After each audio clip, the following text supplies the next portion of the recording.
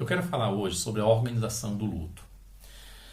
O luto é uma das coisas que mais levam as pessoas para um estado de problemas e questões psicoemocionais. Entre eles, quadros muito graves como a depressão, que vem fazer com que a pessoa perca todo o sentido da vida, a vida fique cinza, sem graça e muito chata, com angústias e apertos no peito, e outras sensações terríveis, de tristeza profunda, choro sem causa aparente, sensações terríveis que a pessoa sente e que ela não sabe nem explicar o porquê, ainda que ela justifique isso com o luto.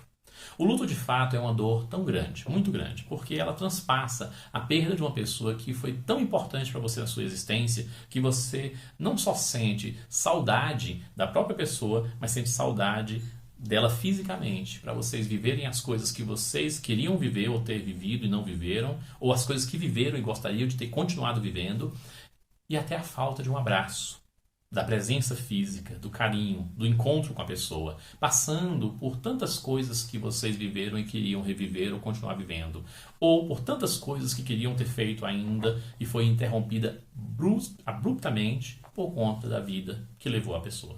É de fato uma dor muito profunda, muito grande. E não tem essa história de que tem fases do luto, essas fases que as pessoas denominam de não acreditar, aí depois cai a ficha, aí depois ela não aceita, que é a fase da inaceitação, aí depois vem a fase da raiva, da revolta, da culpa, aí depois da aceitação, aí depois não sei o quê. E tem N teorias de fases que as pessoas, eles dizem que as pessoas vivem no luto.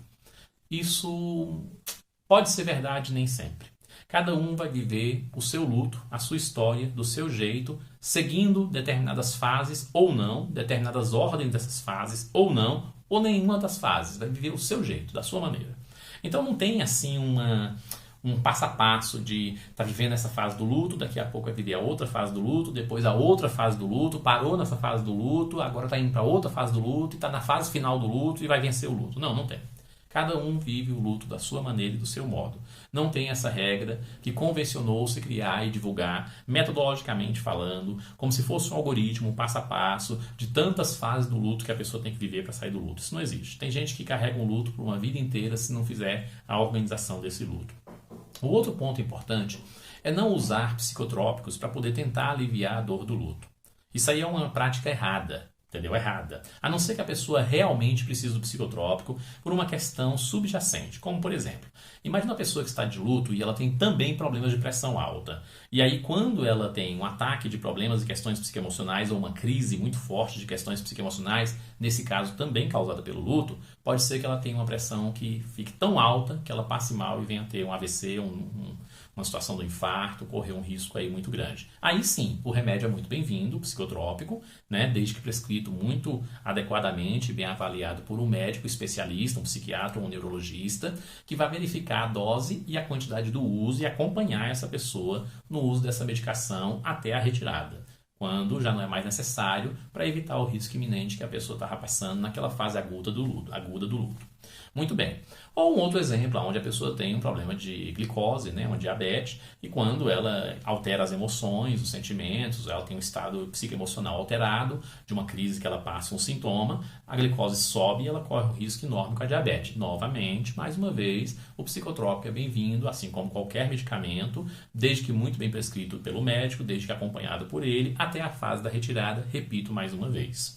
Aí, beleza. Agora, se a pessoa não tem nenhuma comorbidade ou um fator adjacente que gere um risco à saúde dela, e ela pode sim enfrentar o luto, mesmo que sofrendo, mesmo que de maneira aguda, mesmo que de maneira muito difícil, mesmo que enfrentando aquele momento tão complicado e doloroso do transpassar quase que como uma espada dentro da pessoa, da morte da outra pessoa que aconteceu. É muito mais preferível que ela viva a intensidade das emoções do luto e nessa intensidade a mente e o corpo dela busque organizar na mente, no cérebro dela e no corpo as questões que ela está vivendo de maneira rápida para que ela fique bem, ou seja, viver todas as emoções que tem que se viver de uma única vez e com a intensidade que tem que ser e organizar o luto e rapidamente sair desse estado do que ela com o psicotrópico dopar a mente e fazer com que esse luto se estenda por um tempo cada vez maior, vivendo as emoções de maneira lenta e passo a passo, com a mente dopada e sentindo cada coisa bem devagarzinho ao longo de semanas e meses, aonde ela estende um luto que seria de dias e semanas ou, num relacionamento longo, para meses e anos. E aí esse luto fica crônico e gera novos problemas psicoemocionais muito mais graves do que o próprio luto, como, por exemplo, a depressão, a ansiedade, o pânico, o toque e assim por diante. Então, ou seja, não protele o luto. Viva ele inteiro, com a intensidade que o luto lhe traz, com as emoções que você sente. E viva o luto. Viva, viva, sinta, experiencie, deixe fluir todas as emoções, deixe sentir tudo que você está passando. Viva ele intensamente, de maneira que você busque o equilíbrio e a organização desse luto, desses pensamentos, dessas emoções, desses sentimentos, dessas lembranças, de tudo que o luto carrega e vá se despedindo de tudo isso. Se possível, organize a casa, organize as coisas da pessoa falecida, doe para quem precisa, para que você não fique lembrando de coisas que vão te trazer de novo a lembrança da pessoa, e roupas e coisas que a pessoa não usará mais e que outras pessoas fariam muito melhor uso se você lavá-las, esterilizá-las, doá-las. Não rasgue as recordações no primeiro momento. Veja onde que essas recordações, fotos, vídeos, coisas que te lembram a pessoa, caberá num arquivo, numa pasta, numa caixa, num lugar. Coloque num lugar adequado que para você fique bom e que você se sinta bem. Não siga conselhos das pessoas acerca do luto, nem do tempo de viver o luto, nem do quanto tempo tem que durar o luto, nem da hora de viver o luto, nem se tem que ainda viver o luto ou deixar o luto. Não. Viva o seu momento e o seu tempo de luto. Respeite o seu tempo, respeite o seu momento de luto e viva o seu luto o tempo que você achar necessário e sentir que precisa.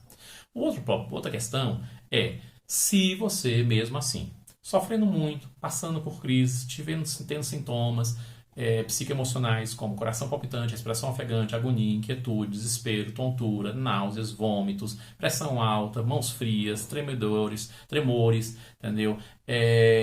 Alergias, ou tristeza profunda, choro sem causa aparente, angústia, apatia, desânimo, vontade de fazer nada, isso se intensificar a um nível que você vê que você está passando mal e indo para o hospital com frequência, então a primeira atitude a tomar é você procurar um psicoterapeuta para ajudar você a organizar o luto o mais rápido possível e assim evitar que você tenha que tomar algum psicotrópico para combater esses sintomas que estão levando você constantemente para o hospital passando mal.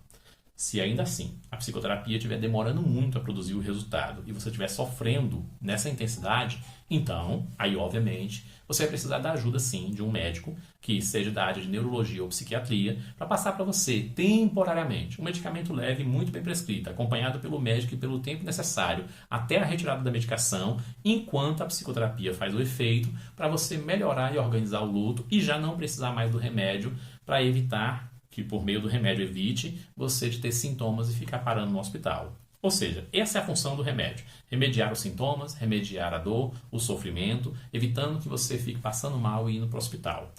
Agora, uma vez que você esteja assim, não abandone o tratamento com a psicoterapia, pois ela é a forma de você se livrar dos sintomas que você está sentindo e das causas relacionadas ao luto e, ao conseguir organizar o luto, ficar livre dos sintomas, com ausência de sintomas, presença de bem-estar, com qualidade de vida sustentável e de maneira que a necessidade do remédio seja cada vez menos necessária até que seja totalmente desnecessária e num programa lento e progressivo, gradativo, vai retirando a medicação programada e bem acompanhada com o médico, juntamente com o psicoterapeuta, para que você faça essa transição de maneira suave e tranquila.